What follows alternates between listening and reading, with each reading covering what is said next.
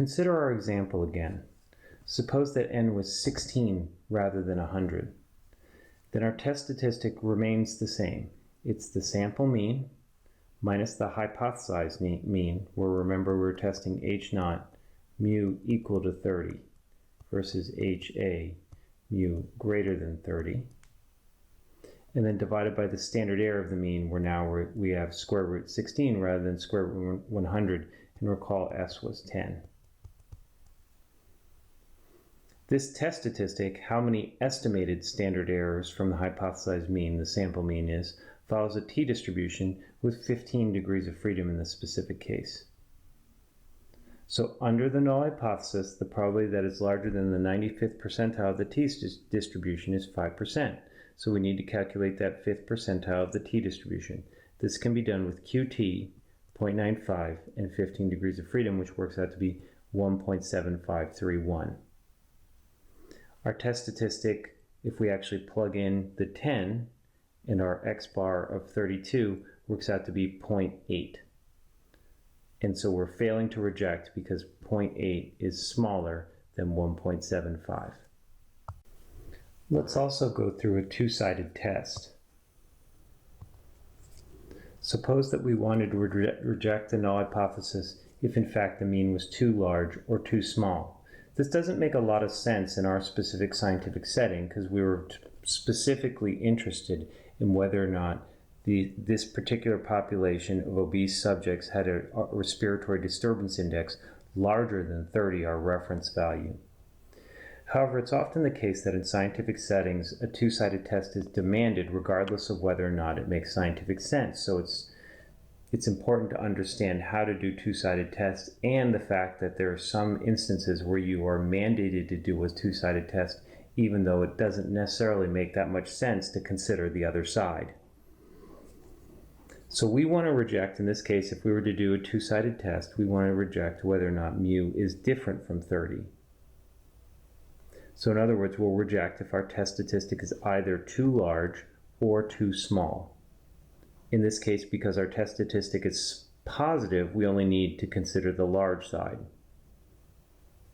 What does change, however, is in order to get that 5% in a way that allows our test statistic to be too large or too small, we need to split the probability as 2.5% in either tail of the distribution, be it the t-distribution for small sample sizes or the z-distribution for large sample sizes. So now instead of QT at 0.95, we're going to do QT at 0.975, again with 15 degrees of freedom. And so we want to reject if our test statistic is larger than this, right? So let me draw an example of our t-distribution.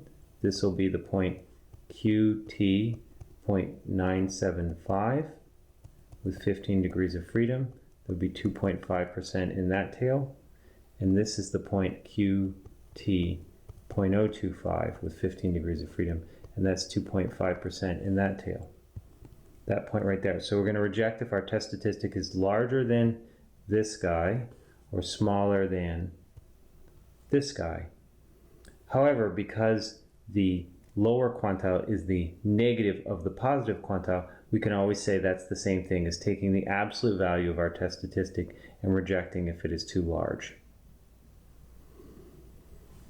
That point is made right here. So in this case, we failed to reject the one-sided test, and now in this slide we're showing that we failed to reject the two-sided test.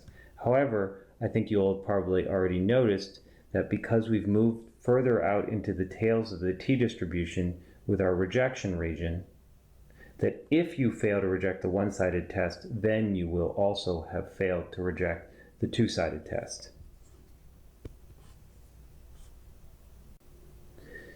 Usually we don't calculate the rejection region and perform the hypothesis test in the formal manner in which we've gone through in the slides by hand.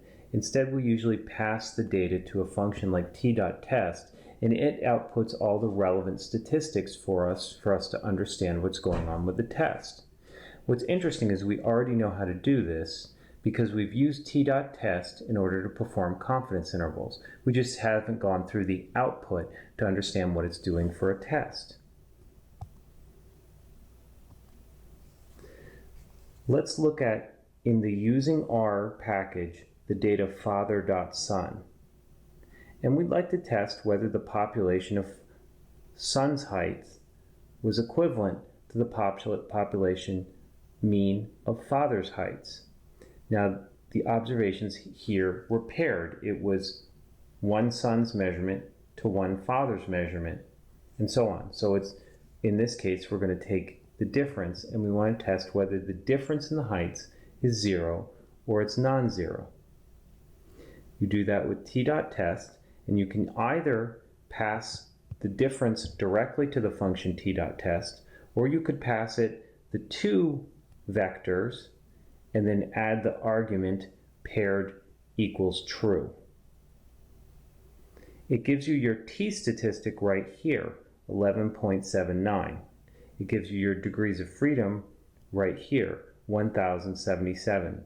So we had exactly 1,078 pairs that we took the difference of. Now 11 is a quite large t statistic, so we reject the null hypothesis in this case. Also notice that the degrees of freedom are quite large, so the distinction between a t-test and a z-test in this case is irrelevant. It very nicely gives us the t confidence interval automatically when we do t.test. It's useful almost always to look at the confidence interval in addition to the output of the test, simply because the confidence interval bridges this gap between statistical significance and practical significance quite nicely. You can see whether the range of values in the confidence interval are of practical significance or not, because it's expressed in the units of the data that you're interested in.